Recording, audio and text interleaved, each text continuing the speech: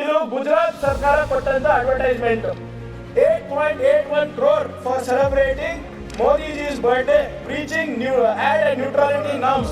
ಅವರಿಗೆ happy birthday Modiji ಅನ್ನೋದಕ್ಕೆ ರಾಜ್ಯ ಸರ್ಕಾರದಿಂದ 8 ಕೋಟಿ ಕೊಟ್ಟಿದ್ದಾರೆ. ಹ್ಯಾಪಿ ಬರ್ತ್ಡೇ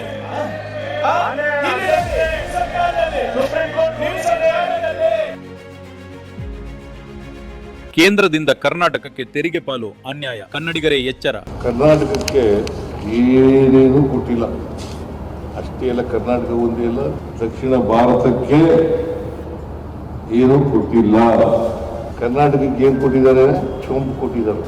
ನಮಸ್ಕಾರ ಕರ್ನಾಟಕದ ಬಂಧುಗಳೇ, ಇಂದು ನಾವು ಗಂಭೀರವಾಗಿ ಆತ್ಮಾವಲೋಕನ ಮಾಡಿಕೊಳ್ಳಬೇಕಾದ ಸಮಯ ಬಂದಿದೆ. ನಾವು ಬೆವರು ಸುರಿಸಿ ದುಡಿದು ಪಾವತಿಸುವ ತೆರಿಗೆ ಹಣ ಎಲ್ಲಿಗೆ ಹೋಗುತ್ತಿದೆ ಎಂಬ ಪ್ರಶ್ನೆಗೆ ಇಂದು ಉತ್ತರ ಹುಡುಕಬೇಕಾಗಿದೆ. ಕರ್ನಾಟಕವು ದೇಶದ ಬೊಕ್ಕಸಕ್ಕೆ ಅತಿ ಹೆಚ್ಚು ತೆರಿಗೆ ನೀಡುವ ಪ್ರಮುಖ ರಾಜ್ಯಗಳಲ್ಲಿ ಒಂದಾಗಿದೆ. ಆದರೆ ನಾವು ₹1 ತೆರಿಗೆ ಕೊಟ್ಟರೆ ಕೇಂದ್ರದಿಂದ ನಮಗೆ ವಾಪಸ್ ಬರುತ್ತಿರುವುದು ಕೇವಲ 14 ಪೈಸೆ ಮಾತ್ರ. ಉಳಿದ 86 ಪೈಸೆ ನಮ್ಮ ರಾಜ್ಯದ ಅಭಿವೃದ್ಧಿಗೆ ಅಲ್ಲದೆ ಇತರ ರಾಜ್ಯಗಳ ಅಭಿವೃದ್ಧಿಗೆ ಬಳಕೆಯಾಗುತ್ತಿದೆ ಎಂಬ ಅನುಮಾನ ಕಾಡುತ್ತಿದೆ. ಇದು ನಮ್ಮ ರಾಜ್ಯದ ಪ್ರಗತಿಗೆ ಮಾಡುತ್ತಿರುವ ಸ್ಪಷ್ಟ ದ್ರೋಹವಲ್ಲವೇ? ಜನಸಂಖ್ಯೆಯನ್ನು ಯಶಸ್ವಿಯಾಗಿ ನಿಯಂತ್ರಿಸಿದ ಕರ್ನಾಟಕದಂತಹ ರಾಜ್ಯಗಳಿಗೆ ಕೇಂದ್ರ ಸರ್ಕಾರದ ನೀತಿಗಳು ಶಿಕ್ಷೆಯಾಗಿ ಪರಿಣಮಿಸಿರುವುದು ಅತ್ಯಂತ ನೋವಿನ ಸಂಗತಿ. 1971ರ ಜನಸಂಖ್ಯೆಯ ಬದಲು 2011ರ ಜನಸಂಖ್ಯೆಯನ್ನು ಮಾನದಂಡವಾಗಿ ಬಳಸಿರುವುದರಿಂದ ನಮ್ಮ ಹಕ್ಕಿನ ಹಣವನ್ನು ಕಿತ್ತುಕೊಳ್ಳಲಾಗುತ್ತಿದೆ ಎಂಬ ಭಾವನೆ ಮತ್ತಷ್ಟು ಗಟ್ಟಿಯಾಗುತ್ತಿದೆ. ನಾವು ₹1ಗೆ ಕೇವಲ 14 ಪೈಸೆ ಪಡೆಯುವಾಗ ಉತ್ತರ ಪ್ರದೇಶ ಅಥವಾ ಬಿಹಾರದಂತಹ ರಾಜ್ಯಗಳು ತಾವು ನೀಡುವ ಪ್ರತಿಯೊಂದು ರೂಪಾಯಿಗೆ ₹2ಯಿಂದ ₹7ವರೆಗೆ ಮರಳಿ ಪಡೆಯುತ್ತಿರುವುದು ತೀವ್ರ ಅಸಮಾನತೆಯ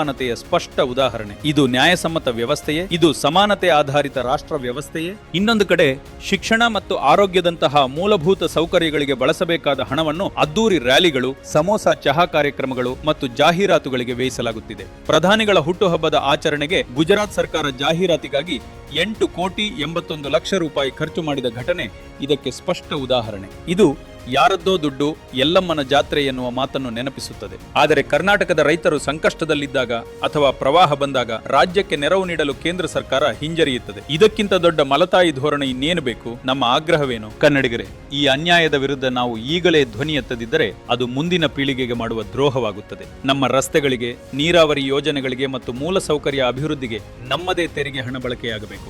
ರಾಜ್ಯದ ಜನಪ್ರತಿನಿಧಿಗಳು ಪಕ್ಷಭೇದ ಮರೆತು ಕರ್ನಾಟಕದ ಪರವಾಗಿ ದೆಹಲಿಯಲ್ಲಿ ಒಗ್ಗಟ್ಟಾಗಿ ಹೋರಾಟ ನಡೆಸಬೇಕು. ಇದು ಕೇವಲ ಹಣದ ಪ್ರಶ್ನೆಯಲ್ಲ, ಇದು ಕನ್ನಡಿಗರ ಆತ್ಮಗೌರವ ಮತ್ತು ನ್ಯಾಯದ ಪ್ರಶ್ನೆಯಾಗಿದೆ. ಕೇಂದ್ರದ ತಾರತಮ್ಯ ನೀತಿಗಳು ನಿಲ್ಲಲಿ, ಕರ್ನಾಟಕಕ್ಕೆ ನ್ಯಾಯ ಸಿಗಲಿ. ಜೈ ಕರ್ನಾಟಕ ಮಾತೆ.